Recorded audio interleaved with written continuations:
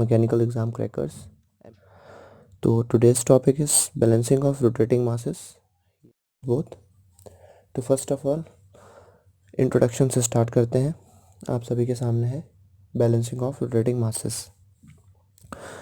Current scenario में जो engines and machine works करते हैं वो बहुत ही हाई स्पीड पे वर्क करते हैं हाई एफिशिएंसी के लिए. तो उस हाई स्पीड के कारण उसमें डायनामिक फोर्सेस सेटअप हो जाते हैं. डायनामिक फोर्सेस का मतलब होता है सेंट्रीफ्यूगल फोर्सेस, क्योंकि जब मासेस उनके शाफ्ट के अराउंड रोटेट करेगा तो एक्सटर्नल डायरेक्शन में एक फोर्स जनरेट होगा जिसको हम लोग सेंट्रीफ्यूगल फोर्स कहेंगे. वही सेंट्रीफ्यूगल फोर्स डायनामिक फोर्स की तरह काम करेगा. तो उस डायनामिक फोर्स के सेट होने की वजह से जो कि बियरिंग्स मशीन मेंबर्स में यूज़ होती हैं उनमें लोड इंक्रीज होगा और काफ़ी सारे मशीन पार्ट्स और मेंबर्स पे स्ट्रेसेस जनरेट होंगी. तो इस अनप्लीजेंट डेंजरस वाइब्रेशन को नेगलेक्ट करने के लिए हम लोग बैलेंसिंग का यूज़ करते हैं. बैलेंसिंग और रोटेटिंग मासेस में 4 सेवरल केसेस होते हैं. एक एक करके सारे केसेस को हम लोग स्टडी करेंगे. तो there are 4 cases. First one is balancing of single rotating mass by a single mass rotating in the same plane. एक मास के ज़रिए एक मास में एक प्लेन में जो एक मास रोटेट हो रहा है उसको बैलेंस करना. Balancing of single rotating mass by 2 masses rotating in different plane. एक डिफरेंट प्लेन में 2 मासेस अलग अलग रोटेट हो रहे हैं तो किसी एक मास के ज़रिए उनको बैलेंस करना. Balancing of different masses rotating in a same plane. काफ़ी सारे सेवरल मासेस जो कि सेम प्लेन में रोटेट कर रहे हैं उनको बैलेंस करना. इसी तरह लास्ट केस है balancing of different masses rotating in different planes. Different plane में सेवरल मासेस रोटेट कर रहे हैं उसको बैलेंस करना. तो आइए स्टार्ट करते हैं. फर्स्ट केस हमारा जो कि है balancing of single rotating mass by a single mass rotating in the same plane. तो जैसा कि आप देख रहे हैं सामने आप सभी एक फिगर देख रहे होंगे. फर्स्ट जो उसमें फिगर में जो मास है बड़ा मास उसमें वो m1 मास है और जो नीचे मास लगा हुआ है वो m2 मास है. तो जो m1 मास है वो डिस्टर्बिंग मास है और जो m2 मास है बैलेंसिंग मास है. m1 मास की जो रेडियस ऑफ रोटेशन है वो r1 है और जो m2 मास है उसकी रेडियस ऑफ रोटेशन r2 है और ये दोनों ही मास एक्सिस ऑफ रोटेशन के अराउंड घूम रहे हैं. तो जो मास m1 होगा वो सेंट्रीफ्यूगल फोर्स एक्सर्ट करेगा जो कि होगा Fc1 और उसका सिंपली फॉर्मूला होता है m1 ओमेगा स्क्वायर r1. और ऐसे ही सिमिलरली जो बैलेंसिंग मास m2 है वो भी सेंट्रीफ्यूगल फोर्स देगा जो होगा Fc2 equals to m2 omega square r2. बस जनरली हमको दोनों इक्वेशंस को देना है और उनको इक्वेट कर देना है तो जिससे हमारे पास एक फाइनल रिजल्ट आ जाएगा m1 r1 equal to m2 r2. m1 r1 equal to m2 r2. बस ये फॉर्मूला हमारे लिए इम्पॉर्टेंट है. मोस्टली इससे न्यूमेरिकल कभी नहीं आते हैं. थ्योरेटिकल पोर्शन के पॉइंट ऑफ व्यू से काफ़ी पूछा जा सकता है, वैसे कभी इस केस में पूछा नहीं जाता है. मोस्टली थर्ड और फोर्थ केस जो मैंने आपको बताए थे वही पूछे जाते हैं, पर तभी नॉलेज के लिए ये इम्पॉर्टेंट है. तो ये होते हैं आपका फर्स्ट केस. तो आते हैं अब सेकंड केस पर. सेकंड केस है हमारा balancing of single rotating mass by 2 masses rotating in different planes. किसी कोई दो मास डिफरेंट प्लेन्स में रोटेट कर रहे हैं तो उनको सिंगल मास के ज़रिए हमको बैलेंस करना है. तो आइए देखते हैं. इस केस को समझने के लिए हमें 2 कंडीशंस चाहिए जो कि बहुत नेसेसरी हैं इसके लिए. First condition is that the net dynamic force acting on the shaft is equal to zero. जितने भी सारे डायनेमिक फोर्सेस मास के कारण शाफ्ट पे एक्ट हो रहे हैं वो सब ज़ीरो होने चाहिए. उनका नेट जो समेशन है. इसी तरह उन डायनेमिक फोर्स के कारण जो एक नेट कपल जनरेट हो रहा है शाफ्ट पर वो भी ज़ीरो होना चाहिए. The net couple due to the dynamic forces acting on the shaft is equal to zero. There are 2 conditions. These 2 conditions together give the dynamic balancing. These 2 conditions together known the dynamic balancing. Dynamic balancing में ये दोनों condition हमको चाहिए होती हैं. तो इस case के अंदर भी 2 केसेस होते हैं. तो फर्स्ट केस इसमें होता है when the plane of disturbing mass lie in between the plane of 2 balancing masses. तो जो प्लेन है बैलेंसिंग मास का वो 2 डिस्टर्बिंग मास के बीच में लाई कर रहा है. जैसा कि आप देख रहे हैं देयर आर 3 प्लेन्स. आप फिगर में देख सकते हैं आपके सामने है. There are 3 planes L plane M plane and A plane. तो जो A प्लेन है वो बैलेंसिंग मास का है एंड L प्लेन पे मास m1 है एंड M प्लेन पे मास m2 है. तीनों की डिस्टेंस दी गई है L1 L2 और L. मैंने आपको लिख के दिखा भी दिया है कि किसके बीच की कौन सी डिस्टेंस है. When the masses get disturbed then you find the centrifugal force exerted by the masses. Then simply the formula is m omega square r for the balancing mass and m1 omega square r1 and m2 omega square r2 for the disturbing mass m1 and m2. These all are the centrifugal force. Now we have to find the net force acting on the shaft. Because of the condition, we have to zero the net force acting on the shaft. So according to the figure, m1 and m2 mass is in downward direction, so they give the centrifugal force in downward direction, and the balancing mass is in upward direction, so it gives the centrifugal force in upward direction. So according to the force balancing, we have the equation Fc equals to Fc1 plus Fc2. Now we have to put the formula for the Fc1, Fc2 and Fc. It is simply m omega square r equals to m1 omega square r1 plus m2 omega square r2. The omega is same for the all mass because the all masses are mounted in the same shaft. So we have the final result mr equals to m1 r1 plus m2 r2. We have to give it the equation number 1. First के मिलने के बाद हम लोग को second condition satisfy करानी है, जो कि है कपल की. कपल मतलब मोमेंट. तो हम लोग एक एक प्लेन से स्टार्ट करेंगे. तो फर्स्ट प्लेन हमारा एल प्लेन है, तो हमें पी पॉइंट के अबाउट मूवमेंट जो कि नेक्स्ट एंड पे है उसके अबाउट मूवमेंट हमको लेना पड़ेगा. तो we have the equation F C one into L equals to F C into L two. Normally movement लेना आप सभी को आता होगा कि शाफ्ट या किसी पॉइंट के अबाउट मूवमेंट कैसे लेते हैं. तो from this equation we have the final result is on putting the formula m1 r1 equals to m into r into L2 by L. We have give it to a second equation. Similarly हमको plane m के about moment निकालना है, जो कि q point से होगा fc2 into L equals to fc into L one. आप सभी देख सकते हैं सामने आपके फॉर्मूला लिखा हुआ है पेज में. तो हम लोग उसका फॉर्म fc1 एंड fc2 की वैल्यू पुट करेंगे, तो हमारे पास जो रिजल्ट आएगा m2 into r2 equals to mr into l1 by l. This is the third equation. Now second and third equation give it the dynamic balance because it satisfy the both the conditions, so it is the dynamic balance. So this is the whole study of the first case in the balancing of single rotating mass by two masses. जब balancing mass बीच में लाई कर रहा है दो disturbing mass के, तो ये इसकी होल स्टडी. अब इसमें आगे सेकंड केस है कि when the planes of disturbing mass lies on one end of the plane of the balancing mass. जो बैलेंसिंग मास का प्लेन है वो एक एंड में लाई कर रहा है डिस्टर्बिंग मास के अपोजिट में. तो जैसा कि आप फिगर में आप सभी देख सकते हैं, आपके सामने फिगर बना हुआ है जिसमें m1 m2 एंड m मास है. तो जो m एंड m2 मास है वो अपवर्ड डायरेक्शन में है और m1 मास जो है डाउनवर्ड डायरेक्शन में है. और जो m मास है हमारा स्मॉल m मास ए प्लेन में, वो हमारा बैलेंसिंग मास है. तो जैसा कि पिछले केस में किया गया हम लोग को वही करना है. बस नॉर्मली इक्वेशन हम लोग को सेम मिलेंगी, बस कंडीशन बदल जाती है थोड़ी. तो for balance the system we have the equation fc plus fc2 equals to fc1 similarly as above case. क्योंकि m और m2 मास सेम प्लेन में है तो fc प्लस fc2 होगा और fc1 इसलिए m1 मास नीचे है, तो ये इक्वेशन बैलेंस है. Now we have to put the formula of the centripetal force. तो हमारे पास एक फोर्थ इक्वेशन आ जाएगी m into R plus m2 r2 equals to m1 r1. Similarly हमको फिर से मूवमेंट लेना है पॉइंट p के about fc1 into L equals to fc2 into L2. वही सब फॉर्मूला पुट करके फाइनली हमारे पास एक और रिजल्ट आ जाएगा m1 r1 equals to m into R into L2 by L, जैसा कि आप इक्वेशन सेकंड में देख चुके हैं. तो equation fifth and equation second are same but the condition are different, so we have to write only the equations. Now we take the moment about q as similarly above case. So we have the equation fc2 into l equals to fc2 into l1. Formula put करते हैं तो हमारे पास एक equation आती है m2 r2 equal to m into R into l1 by L. This is the sixth equation and this equation is same as the equation third. तो ये हमारे पास सेकंड केस था कि जब डिफरेंट प्लेन्स में मास रोटेट कर रहे हैं तो उसको सिंगल मास के जरिए कैसे रोटेट करना है, तो इसकी थ्योरी थी ये. लास्ट जो दो केसेस डिस्कस करे हैं मैंने, उससे बहुत ही कम चांस है आने की, बहुत ही कम पूछा जाता है. पर अब जो केस मैं डिस्कस करने जा रहा हूँ, स्टार्ट करने जा रहा हूँ, थर्ड केस मोस्ट इम्पॉर्टेंट है.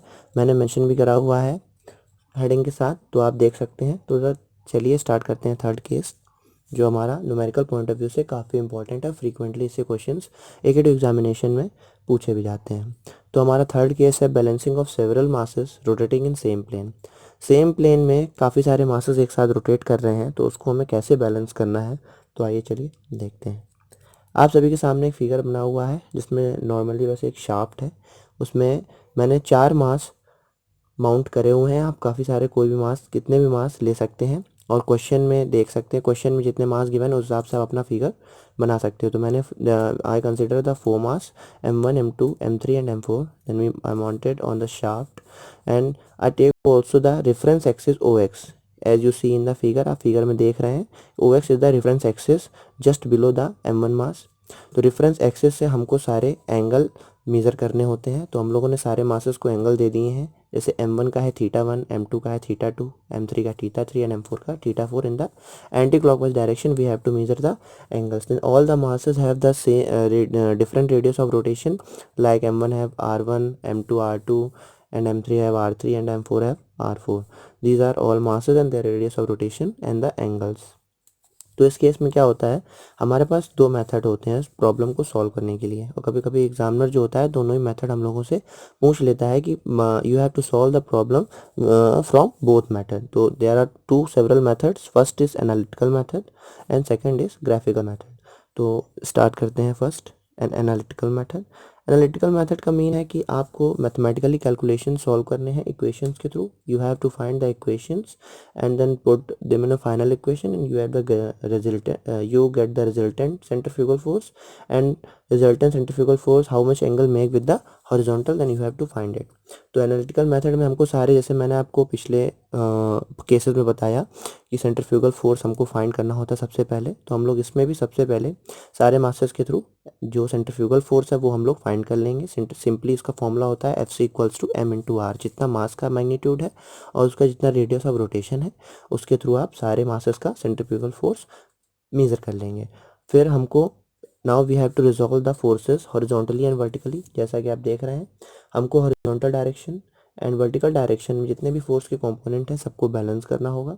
तो मैंने हॉरिजॉन्टल डायरेक्शन में लिखा हुआ फॉर्मूला आप देख रहे होंगे, summation FH equals to M1R1 cos θ1 plus M2R2 cos θ2 plus M3R3 cos θ3 and M4R4 cos θ4। मैंने 4 मासेस लिए हैं तो 4 मासेस का ये फॉर्मूला लिखा हुआ है। आप जितने मासेस क्वेश्चन में गिवन होंगे या आप लेंगे उस हिसाब से अपना फॉर्मूला आगे बढ़ा सकते हैं। ऐसे ही सिमिलरली वर्टिकल कंपोनेंट्स हम देख सकते हैं, summation F equals to M1R1 sin θ1 M2R2 sin θ2 and so on. तो हम लोगों ने ये देखा कि हॉरिजॉन्टल कंपोनेंट में कॉस चलता है और वर्टिकल कंपोनेंट में साइन चलता है। ये फॉर्मूला आपने पढ़ा होगा पहले भी वेक्टर एनालिसिस में। Now we have to find the resultant centrifugal force. It is as simple Fc equals to under root FH का स्क्वायर प्लस FV का स्क्वायर। जैसे आप वेक्टर एनालिसिस में रिजल्टेंट निकालते हैं, दो वेक्टर दिए होते हैं उनका रिजल्टेंट निकालना होता है, वैसे ही यहाँ पे रिजल्टेंट निकलेगा। फर्स्ट का मैग्नीट्यूड का स्क्वायर प्लस सेकंड के मैग्नीट्यूड का square and they take the whole over square, then we have the resultant for the centrifugal force. Now we have to find the angle of resultant centrifugal force which is made with the horizontal. So we have the formula tan theta equals to summation of FV upon summation of FH. तो यहाँ से आप simply theta को tan inverse लेके theta निकाल सकते हैं। तो हमारे पास जब FC और थीटा दोनों आ जाएंगे तो हमको क्वेश्चन में जो पूछा जाएगा मैग्नीट्यूड ऑफ बैलेंसिंग मास वो हम लोग इस फॉर्मूले से निकाल सकते हैं जो आपके सामने आप देख रहे होंगे, FC equals to M×R। Question आप FC ऊपर से निकाल चुके हैं और रेडियस ऑफ रोटेशन आपको क्वेश्चन में गिवन होगा, तो आप यहाँ से easily magnitude of balancing mass को मेजर कर सकते हैं और आपका जो सिस्टम होगा वो बैलेंस हो जाएगा। इसी में आगे बढ़ते हैं और देखते हैं इसका सेकेंड मेथड जो कि ग्राफिकल मेथड है। ग्राफिकल मेथड थोड़ा सा लेंदी होता है क्योंकि इसमें काफ़ी कुछ करना पड़ता है कंस्ट्रक्शन के थ्रू एनालिटिकल मेथड से। एनालिटिकल मेथड में only we have to write the equation and find the resultant and get the magnitude of resultant balancing mass. तो पर ग्राफिकल मेथड में हमको थोड़ा सा डायग्राम वगैरह बनाना पड़ता है, तो ये थोड़ा सा इंपॉर्टेंट है, तो इसको ध्यान से समझिएगा। अगर आपको ये समझ में आ गया तो काफ़ी सारी प्रॉब्लम्स बहुत ही ईजिली सॉल्व हो जाती हैं। तो ग्राफिकल मेथड में हमको first of all space diagram बनाना होता है। अब स्पेस डायग्राम क्या होता है मैं आपको बताता हूँ। आप सभी आपके सामने फिगर होगा तो उसमें आप देख रहे होंगे स्पेस डायग्राम हम लोग क्वेश्चन के अकॉर्डिंग बनाते हैं कि क्वेश्चन में कितने मासेस दिए हुए हैं। तो सबसे पहले हमको एक हॉरिजॉन्टली एक रेफरेंस एक्सिस हम लोग को ड्रॉ कर लेनी होगी। जैसे मैंने ड्रॉ की आप देख सकते हैं डॉटेड लाइन से OX is a reference axis. उस रेफरेंस एक्सिस से आपको सारे मासेस को पर्टिकुलर एंगल के थ्रू ड्रॉ करना है। आपको सारे एंगल भी क्वेश्चन में गिवन होंगे कि जो रेफरेंस एक्सिस से सारे मासेस बना रहे होंगे, जैसा कि आप देख सकते हैं फिगर में। स्पेस डायग्राम इसी को बोलते हैं कि M1 जो है θ1 बना रहा है, M2 जो है θ2 बना रहा है, M3 θ3 बना रहा है, M4 बना रहा है θ4। तो सारे एंटी क्लॉकवाइज डायरेक्शन में है ये सारे मासेस और सारे डायरेक्शन आपको क्वेश्चन के थ्रू मिल जाएंगे। तो इन सारे मासेस के कारण हम लोग को सेंट्रीफ्यूगल फोर्स भी मिलेगा। तो जैसा सारे केसेस में करते आए, हमको first of all centrifugal force find करना होगा, जो कि हमारा सिंपली होगा m/r। तो सारे मासेस के लिए हम लोग सेंट्रीफ्यूगल फोर्स निकाल लेंगे, और जो कि आउटवर्ड डायरेक्शन में एक्ट करेगा। तो आप फिगर में देख सकते हैं सेंट्रीफ्यूगल फोर्स मैंने सब दिखाया हुआ है आपको। आप खाली 4 मासेस वाला फिगर देखिएगा। अभी आप जो स्पेस डायग्राम में मैंने डॉटेड लाइन से एक mb मास दिखाया है नीचे की तरफ, उसको मत देखिएगा, उसको मैं बताता हूँ कि वो भी कैसे आता है, वो आगे के स्टेप का पार्ट है। तो अभी आप खाली जो स्ट्रेट लाइन्स खींची हुई हैं आप उसको देखिएगा खाली। तो जब इतना करने के बाद आप क्वेश्चन समझने के बाद कि सारे मासेस का आप एंगल मिल गया है रेफरेंस एक्सिस से, तो आपने सेंट्रीफ्यूगल फोर्स भी सारे मासेस का निकाल लिया है। तो आपको फिर उसके बाद बनाना होगा force polygon. We have to make the force polygon. तो फोर्स पॉलीगॉन अब कैसे बनाना है, इसमें भी कोई बहुत बड़ी टास्क नहीं है, बस आपको थोड़ा सा एक नॉलेज होनी चाहिए कि हमको how we take the scale to draw the force polygon. तो आइए मैं आपको बताता हूँ कि स्केल कैसे लेते हैं। देखिए मैंने आपको एग्जाम्पल दे के बताया हुआ है कि कैसे हमको स्केल लेना है। कि मानिए जैसे हमने 4 मास लिया है, m1 m2 m3 and m4। तो उन 4 मासेस के कारण we get the 4 centrifugal forces f1 f2 and f3 and f4। So I take the example that the magnitude of f1 f2 is 100 newton and f3 and f4 200 newton. It is just a example. According to question you have the different values of the forces. तो मैंने सिर्फ example लिया हुआ है, तो example के through मैंने कोई भी वैल्यू ले ली है आपको स्केल समझाने के लिए। तो कैसे स्केल लेते हैं देखते हैं। तो आपके पास ये चारों के मैग्नीट्यूड है। तो अब मैंने सेलेक्ट कर लिया 100 न्यूटन इक्वल्स टू 1 सेंटीमीटर। आप 100 न्यूटन इक्वल टू 2 सेंटीमीटर भी ले सकते हैं, 4 सेंटीमीटर, 3 सेंटीमीटर, जितना भी आपकी मर्जी है ले सकते हैं। बट फाइनल में जब आप वैल्यू पुट करेंगे तो आपको यूनिट स्केल की वैल्यू रखनी पड़ेगी। सो ये सिंपल रहता है कि आप किसी भी छोटी यूनिट को माने। तो मैंने 100 न्यूटन को 1 सेंटीमीटर ले लिया है। अब हमको 100 सेंटीमीटर, जैसे 100 न्यूटन इक्वल टू 1 सेंटीमीटर आ गया है, अब हम लोग फोर्स पॉलीगॉन ड्रॉ करना स्टार्ट करते हैं। तो जैसे कि आप स्पेस डायग्राम में देखा आपने ऊपर कि ओ एक्स रेफरेंस एक्सिस है, वैसे ही हम लोग एक नीचे ओ एक्स रेफरेंस एक्सिस ड्रॉ कर लेंगे। फिर जिस एंगल पे m1 मास है उसी एंगल को ऊपर स्केल से लाते हुए पैरेलली हम लोग 1 सेंटीमीटर की लाइन ड्रॉ कर लेंगे, क्योंकि जो f1 का मैग्नीट्यूड है 100 न्यूटन और 100 न्यूटन को हमने माना है 1 सेंटीमीटर। तो ओ पॉइंट से स्मॉल ए पॉइंट तक हम लोग 1 सेंटीमीटर की लाइन खींचेंगे। अब स्मॉल ए पॉइंट से फिर हम लोग को खींचनी है फिर से 1 सेंटीमीटर की लाइन, क्योंकि f2 की वैल्यू भी 100 न्यूटन है। तो जो m2 का ओरिएंटेशन है रेफरेंस एक्सिस से, वहाँ से हम लोग स्पेस डायग्राम में स्केल रखेंगे और उसी के पैरेलली ए पॉइंट से लेके स्मॉल बी पॉइंट तक हम लोग 1 सेंटीमीटर की लाइन फिर से खींच लेंगे। सिमिलरली हमको m3 के ओरिएंटेशन से पैरेलली स्केल ला के स्मॉल बी से स्मॉल सी के लिए 2 सेंटीमीटर की लाइन खींचनी है, क्योंकि वो 200 न्यूटन है। ऐसे ही फॉर f4 के लिए भी 2 सेंटीमीटर की लाइन हम लोग खींचनी है m4 की पैरेलली स्केल ला के। तो आप देख सकते हैं कि ये हमारा 4 मासेस के कारण फोर्स पॉलीगन ड्रॉ हो गया। तो अब देख रहे हैं आप कि ये फोर्स पॉलीगन क्लोज नहीं है। तो इसका मतलब है अगर फोर्स पॉलीगन हमारा क्लोज नहीं है तो इसका मतलब सिर्फ ये है कि हमारा सिस्टम जो है वो बैलेंस नहीं है। तो हमको सिस्टम को बैलेंस करना पड़ेगा। तो आप देख रहे हैं स्मॉल डी से कैपिटल ओ तक मैंने एक डॉटेड लाइन शो की है, जिसको मैंने लिखा है FB। मतलब ये हमारा बैलेंसिंग सेंट्रीफ्यूगल फोर्स है। हमारा जो सेंट्रीफ्यूगल फोर्स होगा वो ऊपर की तरफ एक्ट करेगा, तो ये फोर्स पॉलीगन नीचे की तरफ वेक्टर हमको देगा। तो इस फोर्स पॉलीगन में जो हम लोगों ने स्मॉल डी ओ वेक्टर खींचा है, इससे पैरेलल ले जाके हमको स्पेस डायग्राम में जो डॉटेड लाइन मैंने आपको दिखाई है RB और MB की, वहाँ पे ड्रॉ करनी है जाके नीचे फोर्स पॉलीगन से। पहले चारों आपने स्पेस डायग्राम से ड्रॉ किया, फिर जो फाइनल वाला बैलेंस वाला वो फोर्स पॉलीगन से ले जाके ऊपर ड्रॉ करेंगे। तो हमारे पास DO फिर हम लोग जब मेज़र करके हम बनाएंगे तो इस DO वेक्टर को हमको स्केल से मेज़र कर लेना है कि ये कितने सेंटीमीटर की है। फिर हमारे पास बैलेंसिंग के लिए फॉर्मूला है MB into RB equals to DO into scale. DO की आप लेंथ मेज़र कर चुके होंगे, स्केल आपको पता है कि 1 सेंटीमीटर इक्वल टू 100 न्यूटन आपने मान रखा है। तो नॉर्मली देखिए जैसे मैंने दिखाया हुआ है, आप फॉर्मूले में वैल्यू पुट कर देंगे। DO आपका 5 जैसे आ गया मानिए एग्जाम्पल के लिए, और स्केल आपका 100। तो MB into RB equals to 500 आ जाएगा, और क्वेश्चन में आपको RB की वैल्यू गिवन होगी, या आप स्पेस डायग्राम से जाके मेज़र कर सकते हैं। तो अगर वैसे मोस्टली गिवन होती है तो आपको मैग्नीट्यूड ऑफ बैलेंस मास इससे इजीली मिल जाएगा।